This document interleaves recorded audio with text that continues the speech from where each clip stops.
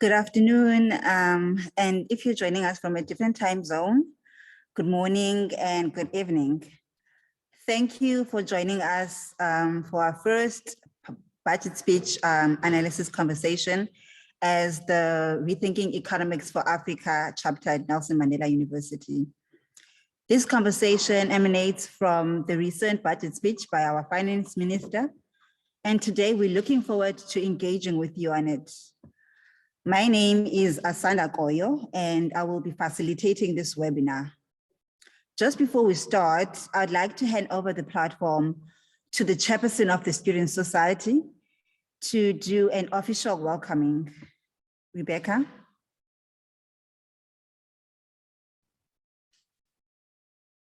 Good afternoon, everyone. My name is Rebecca Odisa, and you are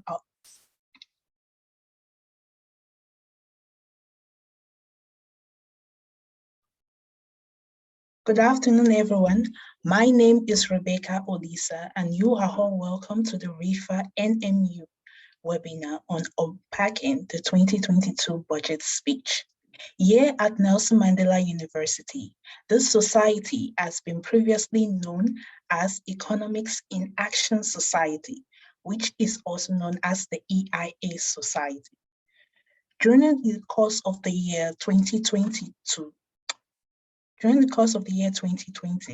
the then active executive members decided that this society should be affiliated with Rethinking Economics for Africa, also known as RIFA. This is to basically increase the awareness of stakeholders on how diversified economy can be in this present age, as we are in the fourth industrial revolution. This is why the society is currently named Rethinking Economics for Africa, Nelson Mandela University, in abbreviation, RIFA NMU. In analyzing the 2022 budget speech delivered by the Minister of Finance, the webinar of today looks at the implication of the 2022 budget speech on equity, poverty, alleviation, and sustainable development. Once again, I would firstly like to send a very warm welcome to our speaker of today, Ms. Zukisa Kota, to our distinguished guests, the society members, the society executive members, the economics department at Nelson Mandela University, and the RIFA team. You are all highly welcome. I would now like to hand over to our facilitator of today, Ms. Asanda Koya. Thank you. Thank you, Rebecca. I will now go straight into introducing our speaker by reading her bio. Our speaker for the day is Zukiswa Kota. Zukiswa Kota is a social advocate and a researcher. Her interests are in contributing to South Africa's open and inclusive governance, as well as anti-corruption agendas. She is currently the program head at Public Service Accountability Monitor at Rhodes University. The Public Service Accountability Monitor promotes social accountability in Africa with a focus on South Africa, Zimbabwe, Tanzania, Zambia, Mozambique, and Malawi. She's also the coordinator of Imali Yetu, a civil society coalition working with the South African National Treasury to develop South Africa's first online portal for provincial and national budget data, Vuleka Mali. She serves on the board of trustees of the Equal Education Law Center and has contributed to various budget and social justice initiatives, including including the Budget and Expenditure Monitoring Forum and the Budget Justice Coalition. Ms. Zukiswa, over to you. Thanks so much, Asanda, and thanks to everyone for this invitation. I was saying earlier that really looking forward to the engagement and to kind of hearing less of my voice. Hopefully we'll have enough space for dialogue and conversation, which I think is really what today is about. But I just wanted to really extend my gratitude for this space, and to say that I think the notion of rethinking economics is a really exciting one, particularly when we start to talk about human rights oriented work. So I'll really get into it, and I'll rely on our chair today just to, if I'm going on for longer than I need to, feel free to interject, yeah. That's really important, because I think it is important to have a conversation. So please don't feel, you can really just, I did try to time my input. I'll be mostly speaking off without PowerPoint, and then I've got a couple of slides just really to break up the monotony, but also to highlight a couple of things towards the end of my presentation. So really a little bit more background, and thanks to Asanda for that outline. I think that the history in budget advocacy for me has been really important, and particularly linking budget advocacy to the budget justice space. And so advocating for public budgets to be used not only in ways that are accountable and transparent, but also that meet human development objectives. And I think that's the theme of today, it ties really well into that. Asanda mentioned BEMF, the Budget Justice Coalition, and Imali Yetu. And these are all important spaces for collective advocacy. And given that I understand the student aspect or spaces is a big one in this convening, I think I'd like to just really reiterate the importance of this kind of work and these kinds of discussions you are having, and the kind of input in terms of the economic space that, that's really important. So these collective spaces, the coalition advocacy spaces within the social justice space, are really important, not just for solidarity, but also for working on strategies to ensure that when budgets are formulated and allocated, that they place the most vulnerable at their center. And this is especially true in our context in South Africa, where democratic redress has to prioritize and fix skewed systems of access to services like health, access to quality education, access to decent housing, and particularly in the Eastern Cape, that building local government spaces that serve the needs and aspirations of everyone, not just a privileged handful. So in effect, we see public budgets as more than mere economics and mere budget books. They are, once they've been approved by parliaments, essentially, they are binding articulations of a government's priorities. They are also really important tools for understanding whether and how a government intends to align policy promises with fiscal allocations. So in the case of South Africa, do the commitments made by the president in his State of the Nation address align with what the Minister of Finance subsequently tables in the February budget? At the provincial level, does what each provincial premier promises align with what the MEC for Finance tables in the estimates of provincial revenue and expenditure? And so it goes. The same is true, of course, of the different portfolio ministers in relation to their policy speeches. Those should be linked to prioritization in the budget. So these decisions have real and sometimes long-lasting implications for whether inequality and poverty are deepened or whether they are progressively tackled. These decisions are also significant determinants of whether the broader democratic project is suffocated or reinvigorated. So, for example, can people trust public institutions and feel adequately empowered to participate in the growth of the country? Can people trust their elected representatives to do their absolute best to ensure that public interest is prioritized within the legislative process? And I think it's important here to highlight that the budget fits in within the legislative process.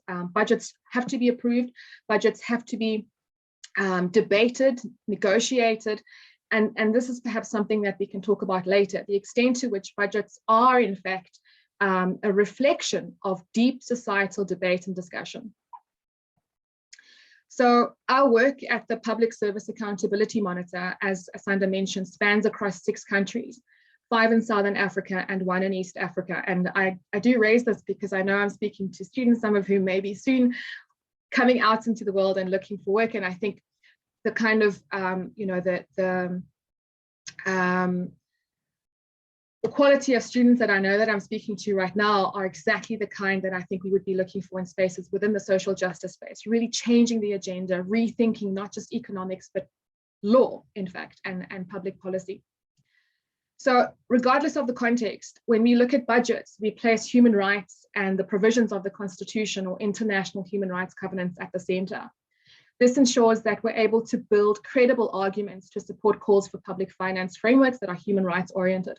So whether we're asking for budget 22 to be increased in these areas or decreased in these areas, those have to be grounded in the Constitution, have to be grounded in human rights law. So really, what do we mean by human rights oriented? This is also important to articulate. And there's a lot of really exciting work happening in the budget and fiscal policy space. Work that looks to deepen activists and researchers' appreciation of the links between human rights and public budgets or fiscal policy. In South Africa, the Constitutional Court has emphasized that the state must focus its economic policies on addressing historical inequalities through redistribution and by also promoting equal access to resources, like I've said. So the Bill of Rights is central in our conversation. And maybe just before I dive into budget 2022, I think I'm probably going to get the question about what do I mean by fiscal policy, because I think there is an important distinction between budgets as we see them and fiscal policy more overarchingly. But we can really understand fiscal policy as the decisions by the government, that relate to the composition of the state's expenditure, taxation, and borrowing, and all of those are in order to meet the national development goals. And that's really as well important for us to highlight in the back of our minds and foreground, in fact, that it's all about meeting national development goals. So these include decisions about revenue raising and expenditure. And the Budget Justice Coalition in the past has really pushed the line around value-added tax and regressive increases. Some may recall the 1 percentage point increase some years back. What I'd like to just finally, maybe look at as well is why it is so important that we look at budgets with a human rights lens and fiscal policies. Someone whose work I really respect, Paulo D'Orenzio, and I'll share the link. I'll share a few of the links in reference to what I'll be speaking to now in the chat. But he says that the economic model, the fiscal policies over the past 50 years have focused on deficits and growth. And he says, in fact, this economic model has contributed to the democratic crisis. Income inequality has soared across and inside many countries, undermining social cohesion and a common sense of belonging. Through this crisis, governments have been viewed as distant and uncaring of most people, uncaptured or captured by a few. And I think that's important to highlight in our context. So governments have been viewed as distant and uncaring of most people or captured by a few.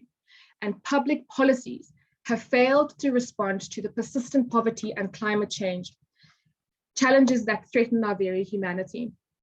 I'm trying to speak up quite loud. I've got construction that's disturbing me in my own background. And I think that's a really important foreground. It's a global perspective, but really is very relevant to our South African context.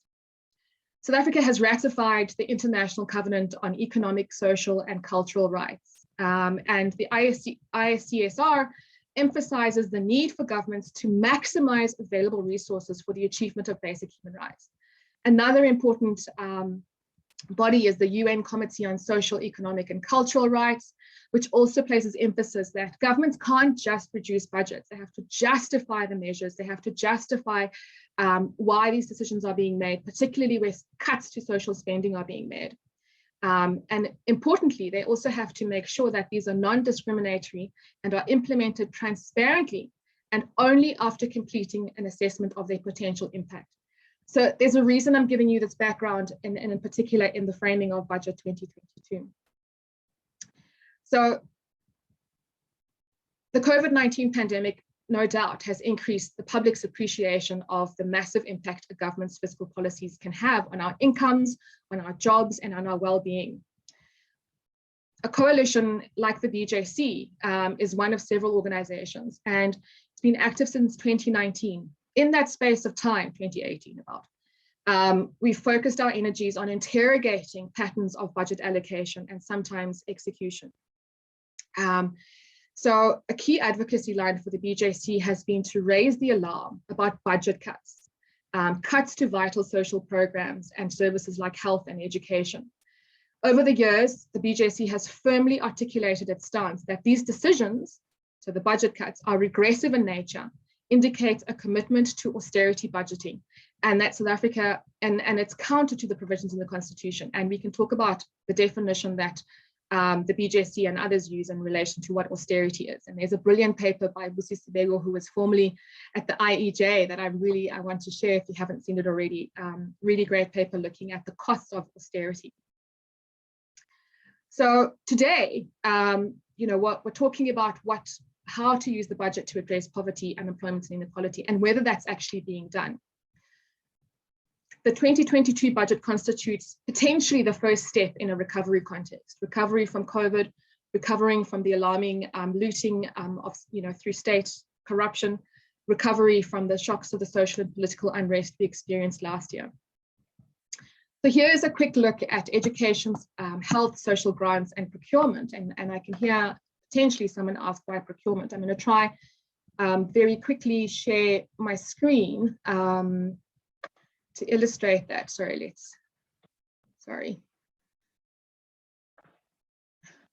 Get onto the right page of the screen. Share screen one. If you could let me know if you're seeing a slide that says health.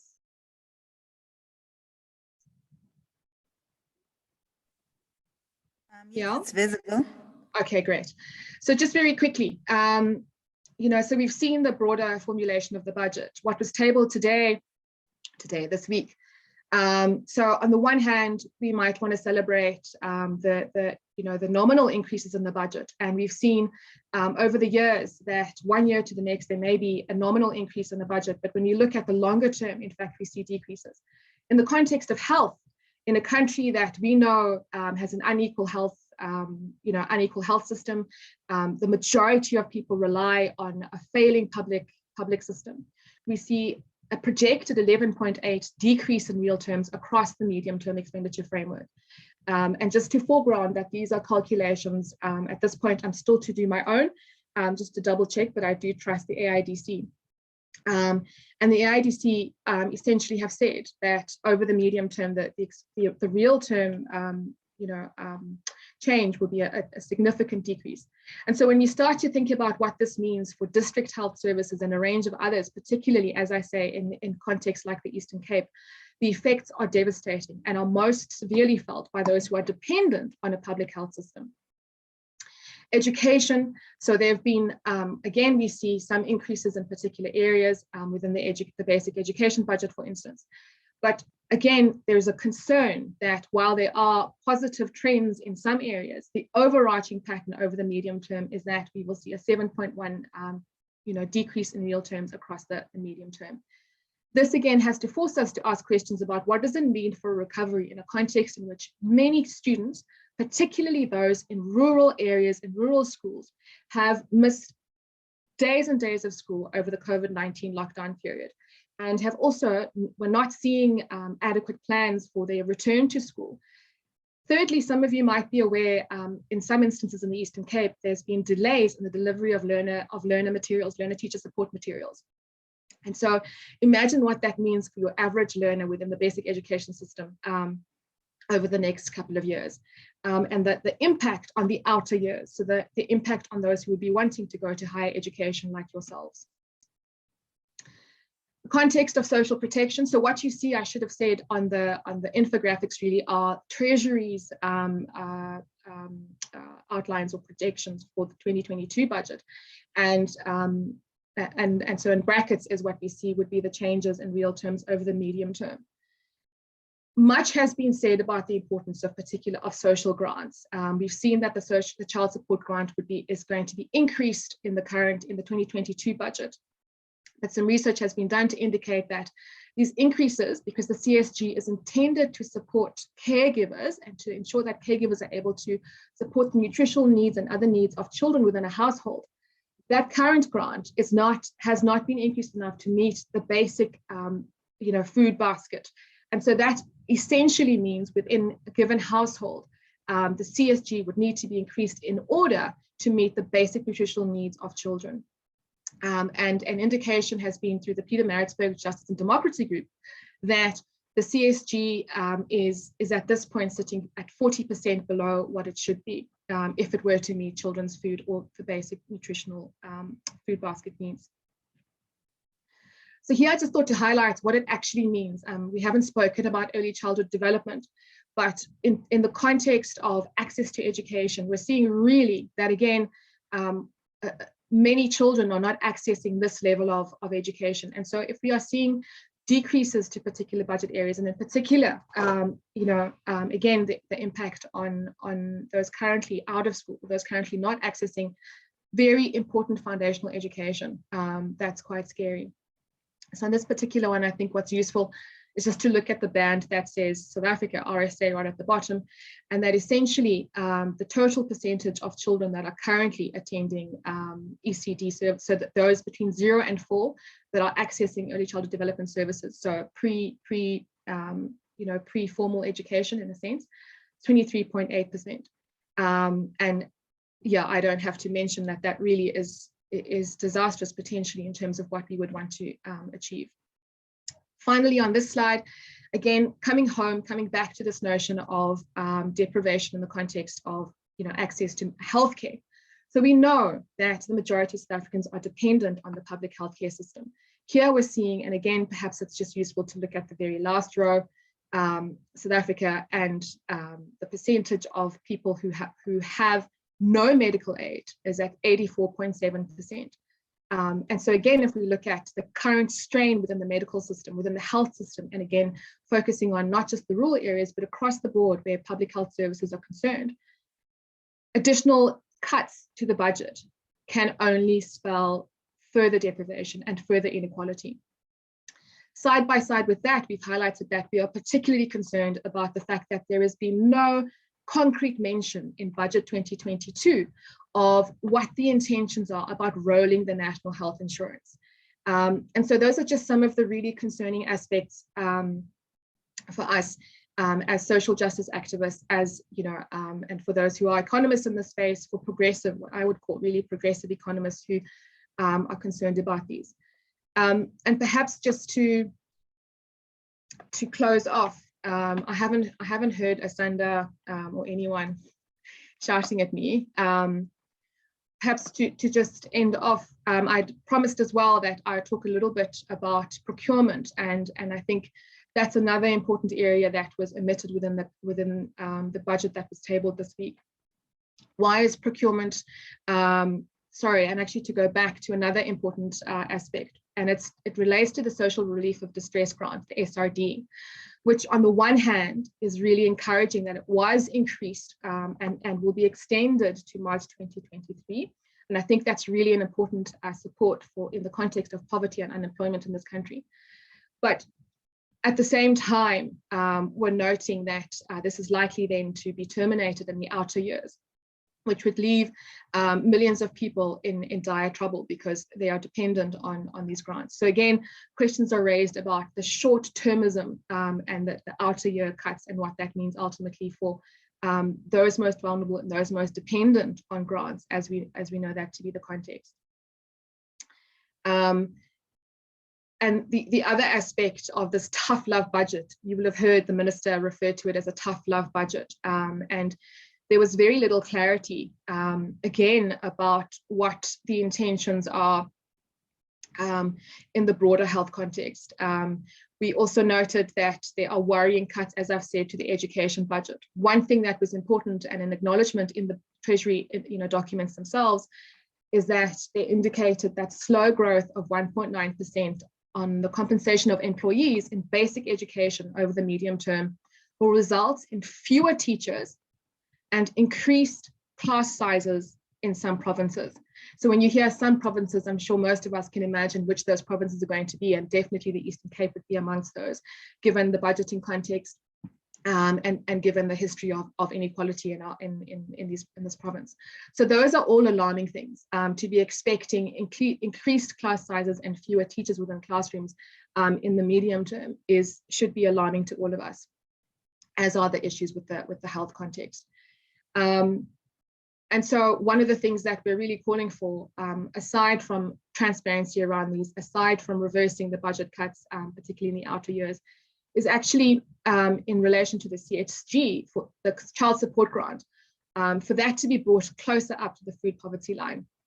And there are others that strongly support this argument, including the UN Committee on Economic and Social Cultural Rights and the AU Children's Committee, or the AU Committee on the Rights and Welfare of the Child. So this is grounded and it's supported by other international covenants and committees.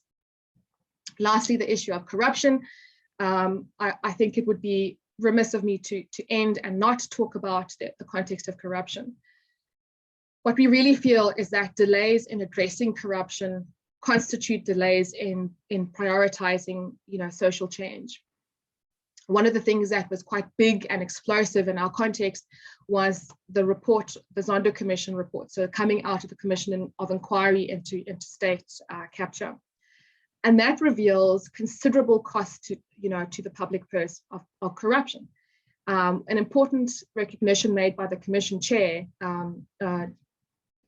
Judge Zondo, is that these costs extend beyond just the financial costs.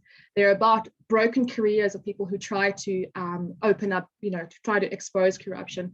They're about a broken political system in which these decisions are made behind closed doors and are not made for the greater good of the public. So really, one of the things we're highly concerned about in Budget 2022 is the relative silence about comprehensive ways to tackle corruption in the long term. So very often we can talk as much as we want about changes to budgets, reductions to budgets, increases to budgets, but ultimately, if the public funds themselves are not being safeguarded from corrupt public officials, from corrupt politicians, and from the corrupt private sector, then we are still going to be losing a substantial amount of money that would otherwise go to the health sector, to education, and to social welfare. So really, those are major concerns for us. And this is also despite the explicit recommendations that came out of the Commission. And I mentioned earlier the need to link what the President says, so what's said in the SONA and what's said in the budget. Both the SONA and Budget 2022 failed to make these pronouncements on how these changes will be implemented. And this is really scary given deep-seated corruption. There are many actors who are raising these concerns. One of the most important conversations right now is about ensuring openness and transparency around COVID-19 vaccine contracts. And an initiative called the Health Justice Initiative has forced the approach, or has had to go to the courts to compel the government to publish COVID-19 vaccine contracts. And that shouldn't be the case in a democratic government, one that cares for its people and one that recognizes the need to be transparent in order to safeguard public funds. So there are many issues emanating from the budget 2022, not just those that are purely financial, but also those that speak to the threads of humanity and what really we talk about when we talk about human development. And finally, the state, we believe, and from what we're really seeing, is a long way from utilizing the fiscus for human development. And we feel that what meaningful progress has been made, and I think it is important to highlight that there has been progress made in the post-1994 era, access to education and so on, and universal healthcare, well, universal access to education rather. But what progress has been made is really at risk if the patterns of decision-making and consensus building do not change. And they need to change to place people at the center, the environment at the center, and really be transparent and accountable. So those are some of the concerns emanating out of the budget 2022. And at this point, what the BJC is arguing, that is, if these patterns continue, if budget cuts to social spending areas continue, that constitutes, or that is unconstitutional. And that's a really important thing to highlight and really important to say. So in effect, are we able to meet, are we on the right track to meet, targets around poverty alleviation, addressing unemployment and inequality? The answer right now, particularly as we are going, is not anytime soon. I think I'll stop there.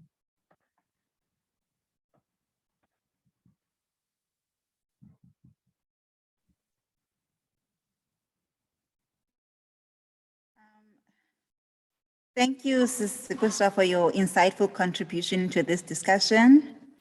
I am going to open the platform for engagements. If you have any questions or comments that you'd like to pose to Ms. Giswa, you can feel free to pose. And I will hand over this session to my colleague, David Nyangweta, to moderate this session.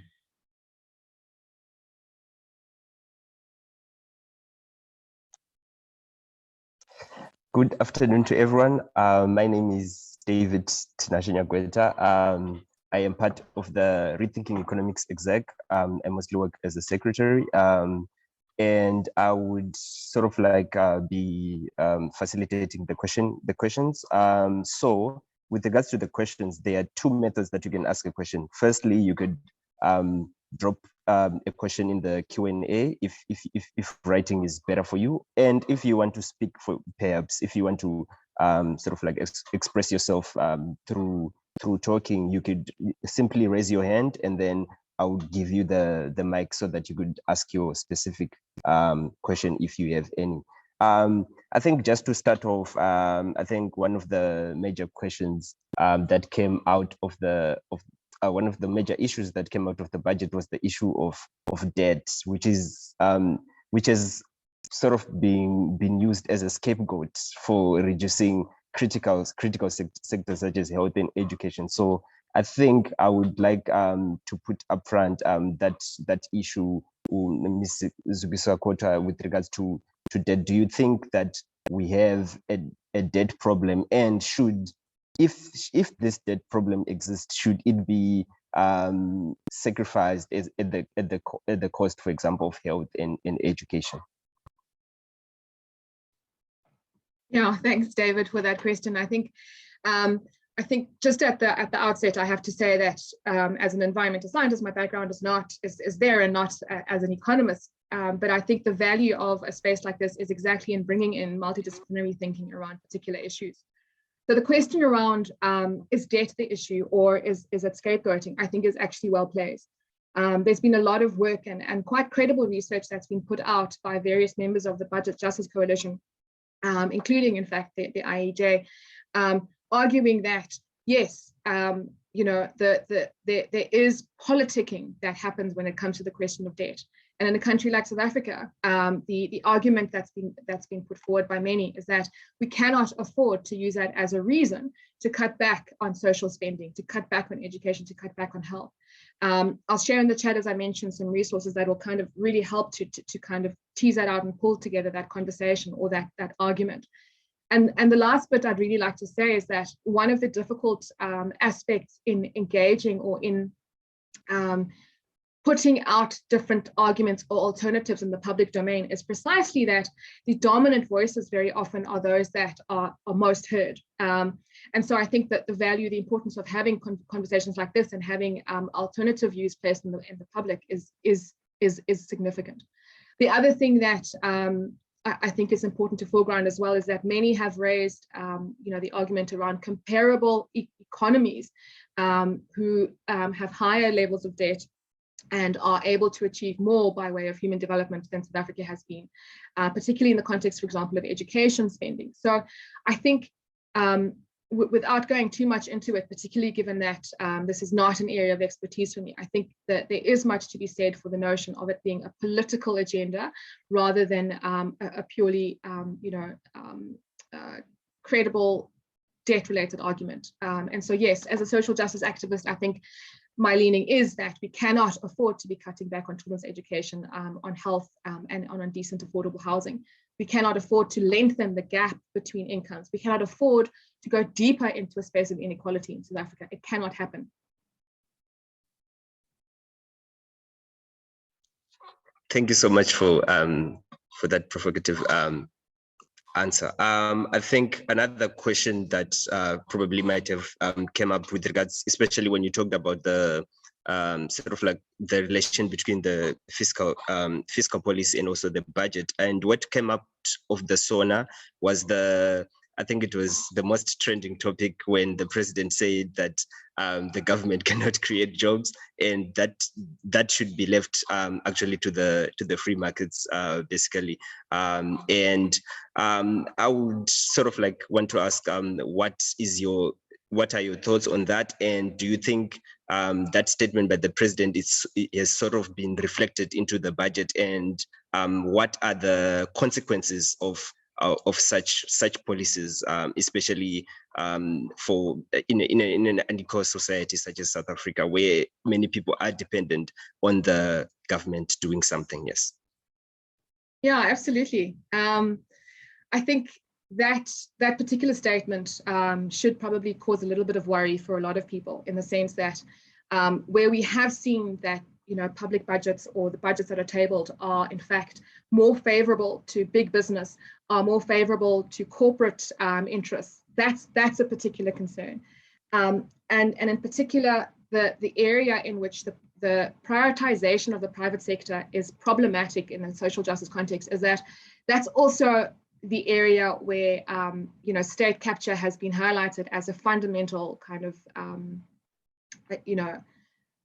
or a kind of primary source of state capture. So if you look at the instances in which big corporates, big consultancy firms have taken advantage of loopholes, have taken advantage of the public service, we do need to be very wary of a budget that leans towards private interests. Second to that is shifting of responsibilities from the state to the private sector is definitely not something that we need to be seeing. And I think there is definitely space for job creation within the private sector. There is space for,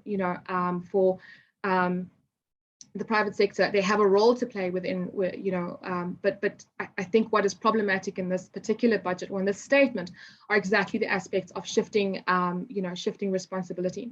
The last thing around the private sector question that I think is really important is some people have sort of really highlighted the kind of neoliberal or complexities, or the neoliberal threats that a budget like this really poses on the development agenda in South Africa. And I think that's also important to foreground.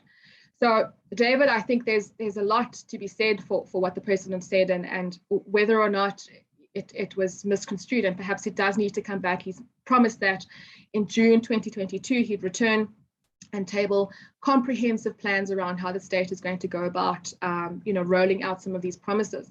I think that maybe people should challenge the president to actually articulate what precisely was meant by that statement that he made in the SONA. And I'd also be curious to hear if there are other takes within the group. If anyone else has a different take to mine, I'd love that. Thank you very much for that. I think we should put it out there that if anyone has sort of like an opposite view or any, please, yeah, they can simply you can simply raise your hand, and I'll sort of like allow you to talk.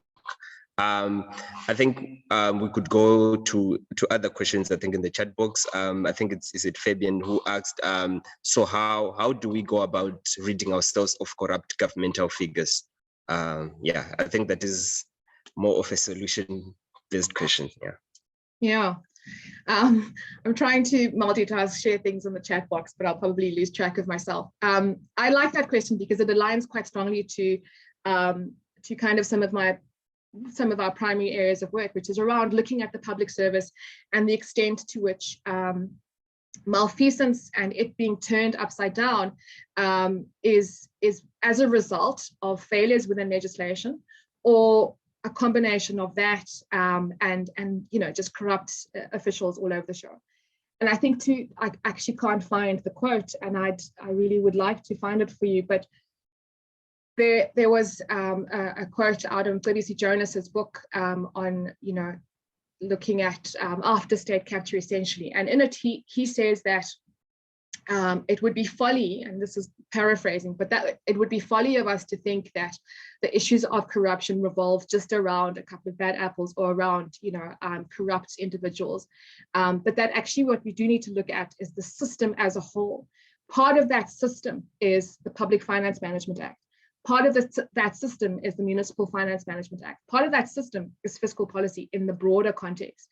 And so when we talk about reform of the public system, or professionalization of the public service, when we talk about budget reform, when we talk about procurement reform, when we talk about overarchingly what, the areas that need to change, those need to be looked at holistically. And so the question about how do you rid ourselves of corrupt officials is but one aspect of the broader issues around corruption, because it is more about how do we ensure a system that is not only transparent, but a system that is transparent to the public, in which if I note at the local government level that a contract has been awarded to the minister's or the mayor's cousin, what are the correct protocols? And is it clear to every person how this should work? Is it clear what the reporting spaces are? So there's something that we must take beyond the corrupt official and take it to a system that is broken. And so there's a lot that, in fact, in Budget 2022, we were really hoping to see that both the SONA and Budget 2022 would explicitly talk about what procurement reform is going to be in very soon, because it's urgent. The issue of corruption is urgent in South Africa. And so some of you might be aware that there was a procurement bill that was issued, a draft procurement bill that came out in 2020, which makes a lot of really important pronouncements or potential or proposals for reforming the procurement system. And that had lots of people making comment, the private sector, business, civil society organizations, academics, researchers, a lot of people, because procurement is, of course, a big area.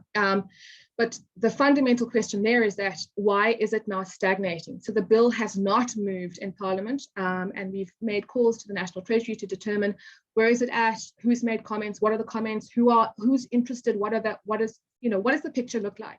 And to date, we've really not gone very far. The Minister of Finance made a vague reference and said the bill is in progress, and that's simply not enough. So I think, I don't want to get too deep into this, but I do think it is about systemic change and the questions about systemic flaws rather than individuals who are able to corrupt a system. Of course, those are important as well. I think professionalizing the public service does also involve a meritocracy, does involve ensuring integrity systems are alive and kicking, accountability systems are alive and kicking. And that is about the individual level, from the head of department right down to the lowest rung official or the lowest rung public servant. Very informative. So I'm going to move to Vanessa Mapoli. I think you've got your hand up, so I'm just going to allow her to talk. Let me just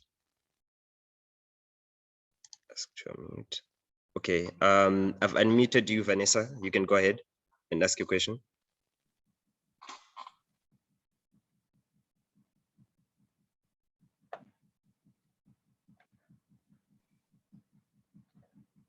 Vanessa?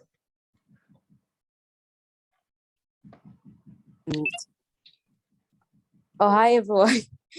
My name is Vanessa, and thank you so much, Zukiso, for your presentation.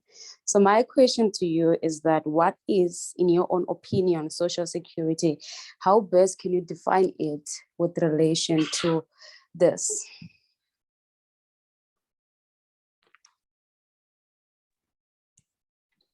Yeah, that's actually I think that's a really important question. And I actually wanted to make reference to the Budget Justice Coalition's human rights budget. We called it Imali Esizwe at that time. And what that really spoke to was, going beyond a social welfare system or social system that merely responds to people in the immediate term, but actually that a truly human rights budget would be one that is responsive to people's needs, would be one that takes into account paid and unpaid care work, would be one that takes into account the unequal burdens that are faced within households, and particularly in the context of gender imbalances. So, women, would be one that takes into account fair labor practices. There's a range of things that really speak to a truly human rights orientation. We are not there in South Africa. And so what some of the work and the advocacy that groups like the BJC are trying to do is to get us closer to that point in which poverty, unemployment, and inequality are not as rampant as they are as we're seeing today, because the context is devastating. And so I think the broader context, when we start to talk, for example, about the basic income grant and related social interventions, is one that really should be responding to the holistic individual and responds to a person's educational, nutritional, and environmental justice needs. And again, I think those are conversations that are happening, but that are perhaps not happening at the decision makers level and at the policy makers levels. And that's where we need to be placing the questions and debates.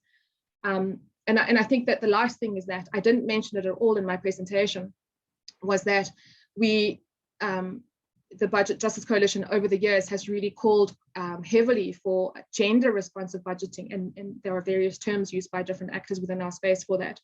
But what was particularly devastating or particularly disappointing in this budget was really the silence around GBV allocations, and in particular looking at gender responsive budgeting.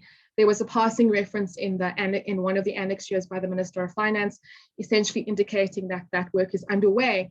But if those who have been doing this work for years are also arguing that this work essentially began in the 90s and has been stalled, and there has been backward movement in it. And so that's really disappointing. And again, in the context of a country like ours, where GBV and aspects of gender inequality are so deeply entrenched.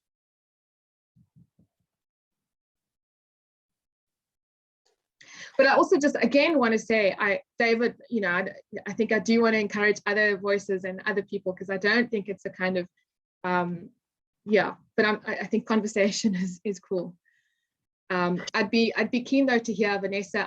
If I can just pressure her a little bit, I'd be keen to hear. Vanessa sounded like she did have a particular direction for that question, but I'd be curious to hear her perspective on her own question.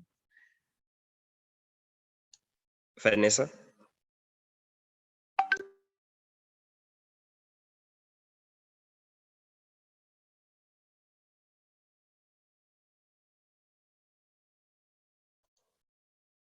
Okay. I think she's off. Okay, when she comes back on, then I think we can continue. Okay, I will just go to the chat box. I think there is one comment from Tafadzwa, so I think sort of like an opposing view with regards to the debt question, if I'm right. He says that Theo van Rensbeck et al. 2021, I think that's a reference to an article, said that the fiscal multiplier has now become zero, i.e. government spending no longer drives growth. Shouldn't we rather cut our debt or seek ways to increase efficiency in government spending, or hand over basic government services to the private sector? So I think it's sort of like a opposite view to the first to the previous discussion. Yeah. The one quick one that I would say, I mean, I haven't read that paper, but I will find it. Tafadzwa, thanks for that. The one aspect I think I would agree with is the aspect of increasing efficiency in government spending. And over the years, we've looked at efficiency in government spending, not only at the national level, but in particular, at the provincial level, and looking at line function ministries, for example. That's a quite that kind of disaggregation of the budget and of spending in programs. What has been clear, and I think I can stand quite strongly, by this, and in particular looking at the education sector, which is an area of kind of research and budget analysis I've done over the years, haven't for a while, but can strongly say that right now, we cannot argue that government spending is efficient. We cannot argue for prudent, that allocations are used prudently, and so that would be for me an area of agreement. But I certainly would not at this point give over the argument around using that as a reason to cut social spending. I think there certainly are, if we start to look at state-owned entities. And again, much work has been done to look at SOEs and their drain on the fiscus, and SOEs and the fact that bailouts very often occur at the expense of other areas, and those other areas very often are areas of social spend. So I think until that has been cleaned up, and until that is no longer a factor, there again cannot be a reason to justify cutting back on social spend. The question of fiscal multipliers, I think I'd like to actually share this particular paper with a colleague and have them come back at you, Tafadzwa, and maybe I'll get your contact details. Thanks for that. But really, I think it is an important conversation to have.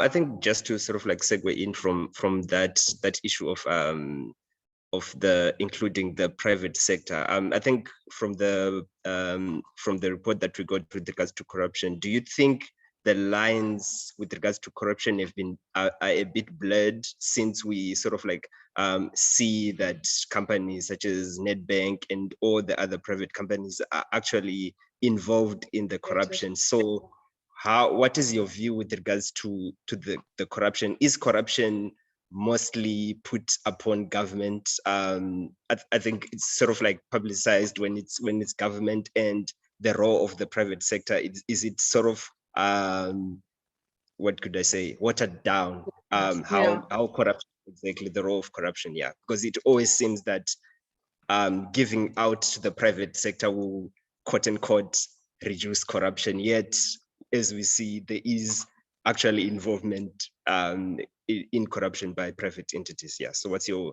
view with regards to that? No, absolutely. I think that's a really important point to be made. I think for many years there was this assumption that public services where the corruption is primarily at, but there are corruptors that are in the private sector. And I think a really important thing that the Commission of Inquiry on State Capture has done is to really pull back the layers, right from when we saw the Gupta leaks, and really important work done by investigative journalists to follow the money and join the dots. And so really what I think is important in this instance is that, firstly, that yes, we must acknowledge the massive problem within the public service, as far as corruption is concerned.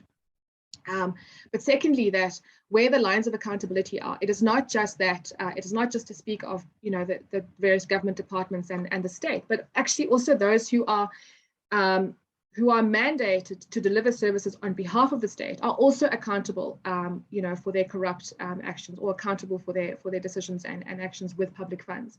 So I think often that's an area that is forgotten. And in fact, the Constitution and PFMA and other acts are also hold that space. The other question, and perhaps one thing that I should have added earlier when someone raised the question about what do we do about I think it was Fabian, what do we do about corrupt officials? One of the interesting developments recently has been in the Auditor General's public audit, powers, and the Public Audit Act being amended in order to allow individual actors, or rather accounting officers in departments, to be held liable for their inaction or their corrupt practice, or their failure to protect and safeguard public funds. So actually, that is another area. It's about the culpability at the individual level on the one hand, but also that looking at the private sector, again, it is fundamental that private interest is connected very often to political interests. And what we've seen, for example, in the digital vibes scandal, what we've seen in the context of the Gupta context, what we've seen in the many SAA shenanigans, and the list is long, is that in each of those spaces, there are consulting firms there are private businesses, there are individual actors, there are business magnates around the world who are involved and very often escape the net of accountability. And I think that is changing. What we are seeing in the recent State Capture report is that that is changing, David. And I think your question is a good one, because we are quantifying increasingly what the cost of that corruption is, and also naming, naming and shaming beyond the public sector.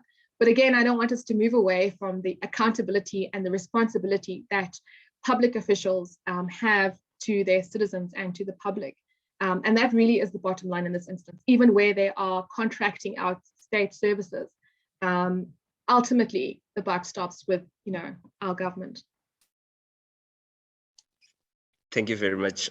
So I think if anyone has any other questions, you can remember to raise your hand or go to the chat box. I think I'll read a question from Brilliant Gobeni. She asks, would that be possible through including household labor in the GDP? I'm not sure what she was referring to, but I think it is a question with regards to GDP growth. So I think, yeah, I think that is a broad question that is important, especially with regards to other arguments that you should include household labor, environmental consequences, subtract out environmental degradation from GDP, and that whole issue of how an oil spill actually increases GDP because there's going to be services of recouping the oil out of the ocean. So what are your thoughts on that? Yeah, I'll be completely frank on that, and I think what I would appreciate is actually to hear Brilliant's thoughts. That is definitely not in my area of expertise, and I can either defer to a colleague who would be able to answer that with really kind of with flair, but would also, it sounds again that Brilliant has a particular line of thought there, but I don't want to put people on the line. This would be an important learning for me as well, so I'd appreciate that if Brilliant does want to share.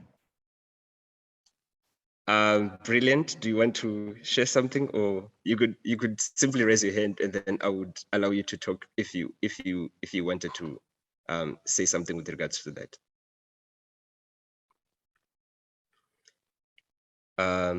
Is there any more questions? Okay, I think that's it. Vanessa, are you back online or?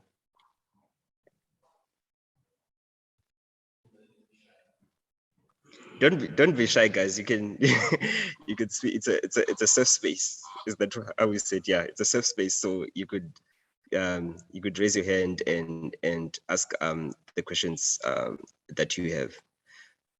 I think just to get on from what Brilliant has asked, I think with regards to the budget, do you see issues of gender included in the budget, especially given that South Africa is sort of like facing increased issues such as gender-based violence, there is gender wage gaps. Do you see that aspect of a budget that aims to elevate gender inequality within the budget, or is it not? And what would you say are your reasons or sort of like the solutions to that? Yeah, on this, we work quite closely with an amazing, and I mean it's people I work closely with the Women in Democracy Institute at the Dullah Omar. The Women in Democracy Initiative at the Dullah Omar Institute at the University of the Western Cape. And a lot of the work that they've done in the kind of budget advocacy space has really been to track exactly these questions around the extent to which the state is responding to these questions.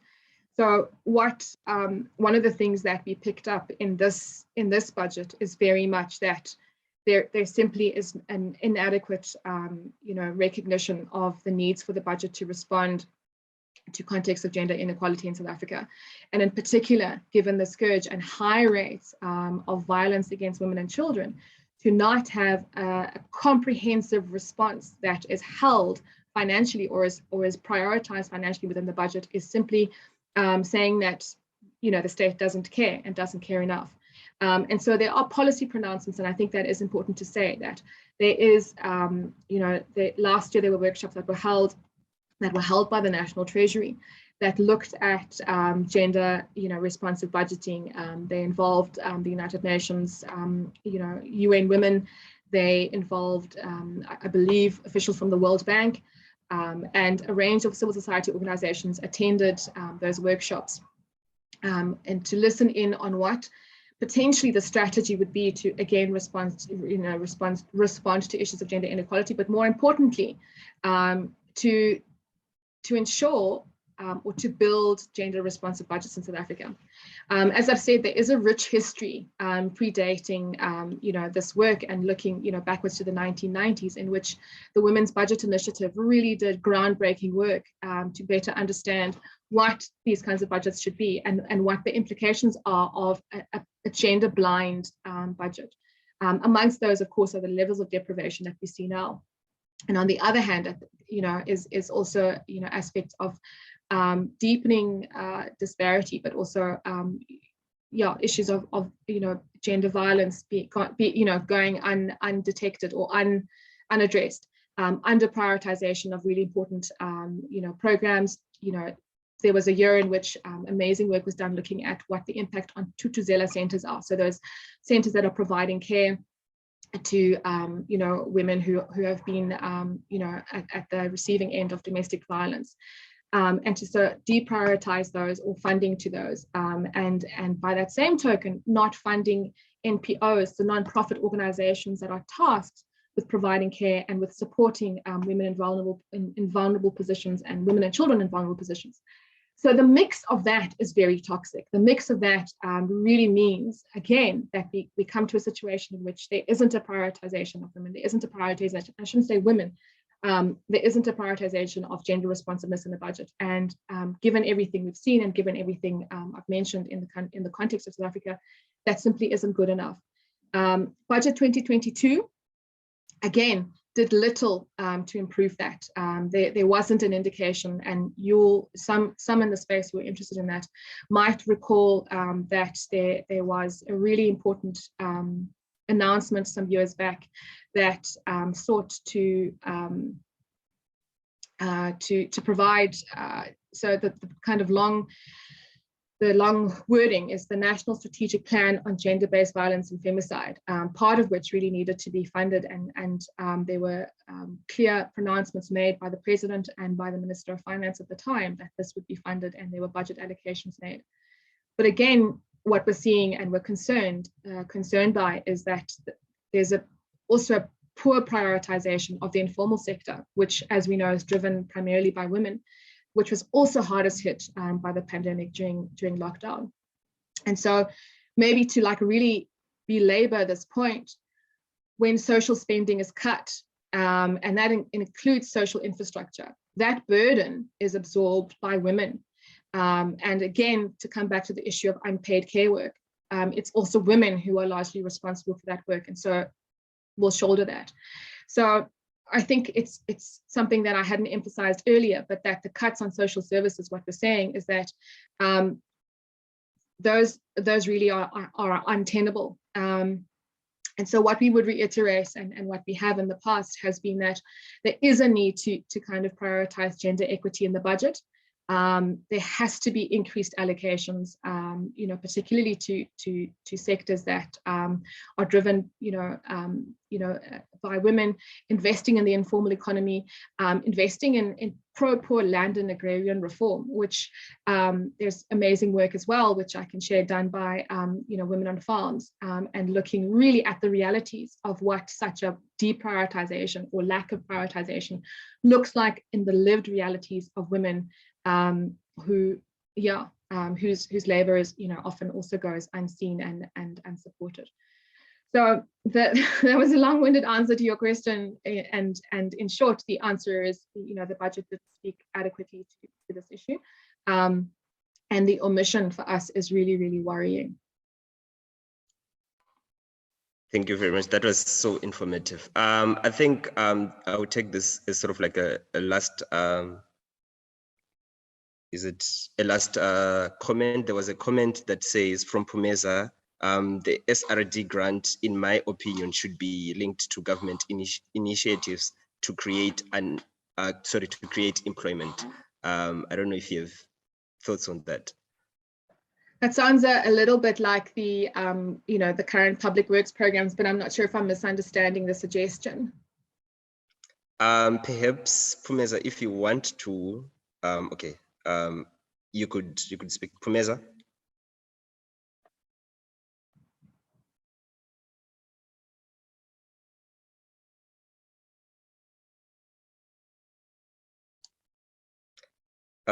Your mic is on mute, Pumeza, I think. Can you unmute yourself?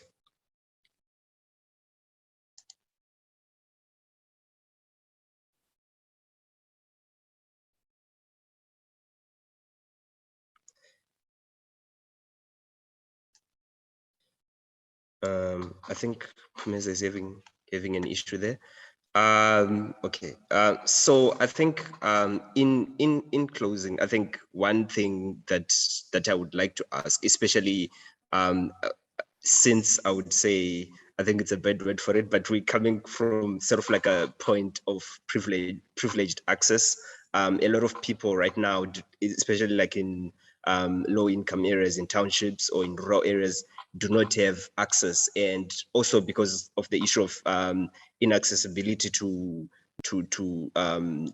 education systems, they don't have the opportunity to read the budget or to even partake in budget discussions, which actually impacts their lives. So I think from your work, what do you think is the solution to informing the public about the processes of budgets, of how budgets come about, and how they can actively participate in them, especially given that they come from areas that are at times not included in these budget discussions that occur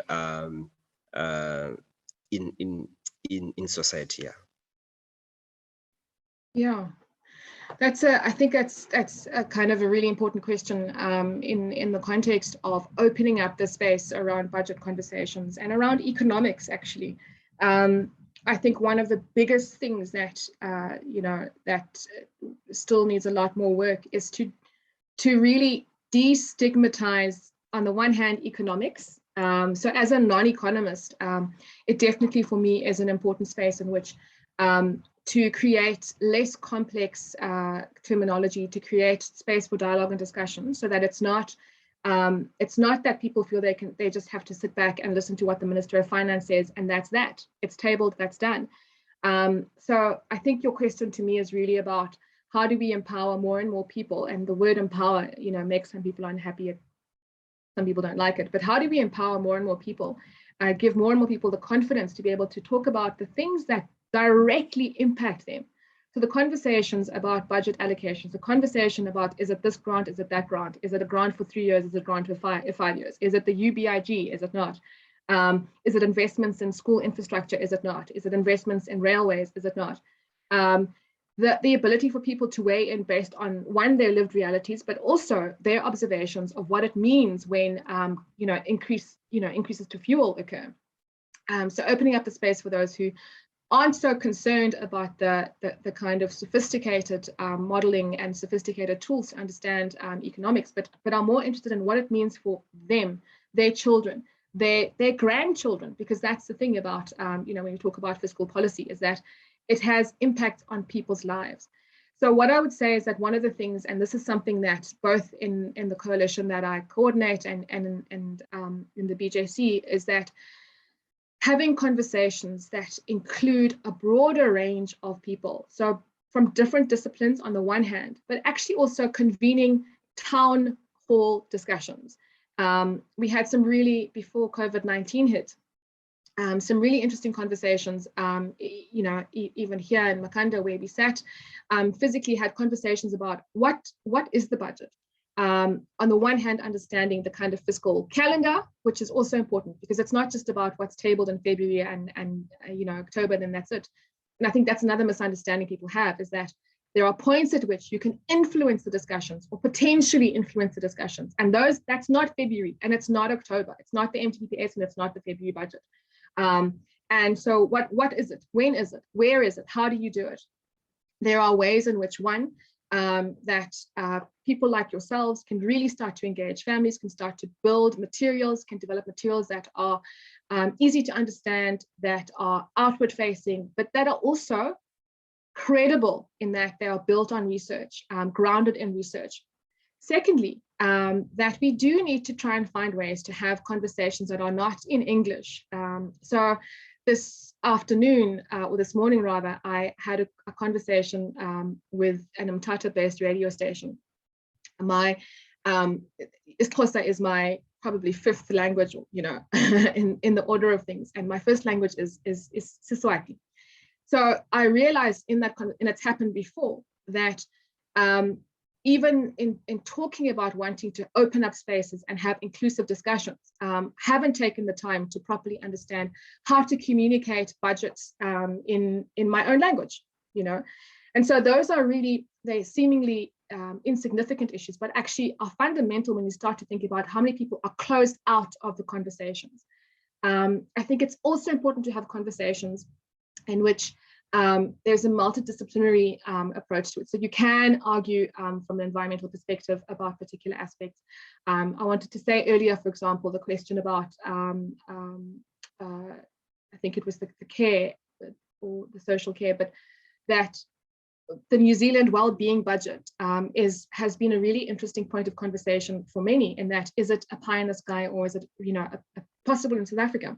What is the well-being budget? So what are the alternatives? What are the ways in which we can have those conversations? So really, just to end off on that, it's an area for me that's really, really I'm passionate about. And one of the things we've done or tried to do is to break down something like the adjusted budget. So last year, you know, as you know, in October, the minister will again table the adjustments to the budget based on, you know, what's been spent or not spent, and, you know, changing priorities for the state. And what we tried to do was to really just take that information and put it into infographics that are more understandable for our community-based partners who we've been working with to try and access Parliament with their own agendas, of course, with what is important to them from their community constituencies. And we found that that actually often helps. So if you stop, you know, kind of paging through massive budget documents and try to, you know, sort of make that information more succinct, there is value in that. But it does take work. So I don't want to make it sound as if it's just a case of sitting around a table and talking about budgets and talk about it in another language. There is extensive work that goes into it. In fact, it's possibly more work to simplify complex budgets than it is to just talk about them as they are. So that's maybe my challenge to particularly to the students in this space, is that, you know, a big part of the work that's required in rethinking economics and rethinking budgets and rethinking fiscal policy is in making them more accessible to everyone, opening up the space, which is actually quite an exclusive space at this point.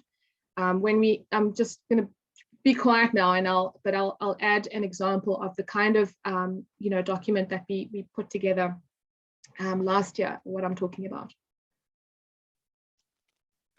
Thank you very much, Sizuki. So I think that was very informative, and I think we really appreciate the work that you do, and we also appreciate that you had the time to come out and sort of like spread knowledge, especially to students, because I see a lot of students are here, and I hope that they are also learning and possibly will be ready to run the torch with you. I would like to give the mic now to Esihle, who will do the closing basically. Yeah.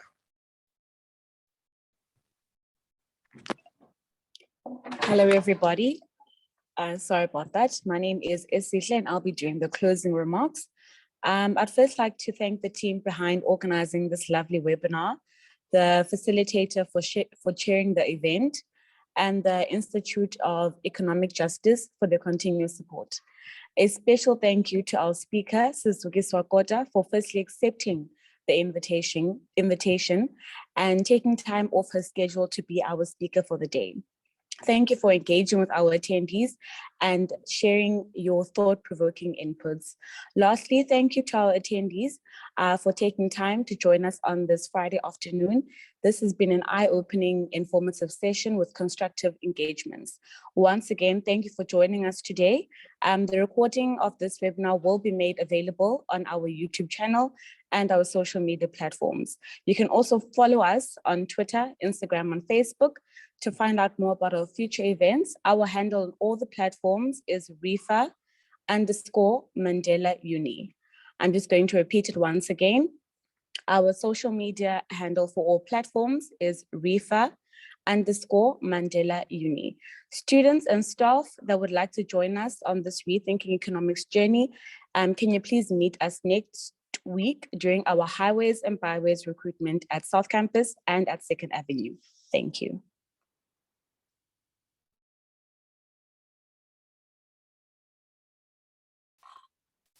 Thank you, everyone. We've reached the end of the session. Thank you. Yeah, goodbye and enjoy your weekend. Thank you.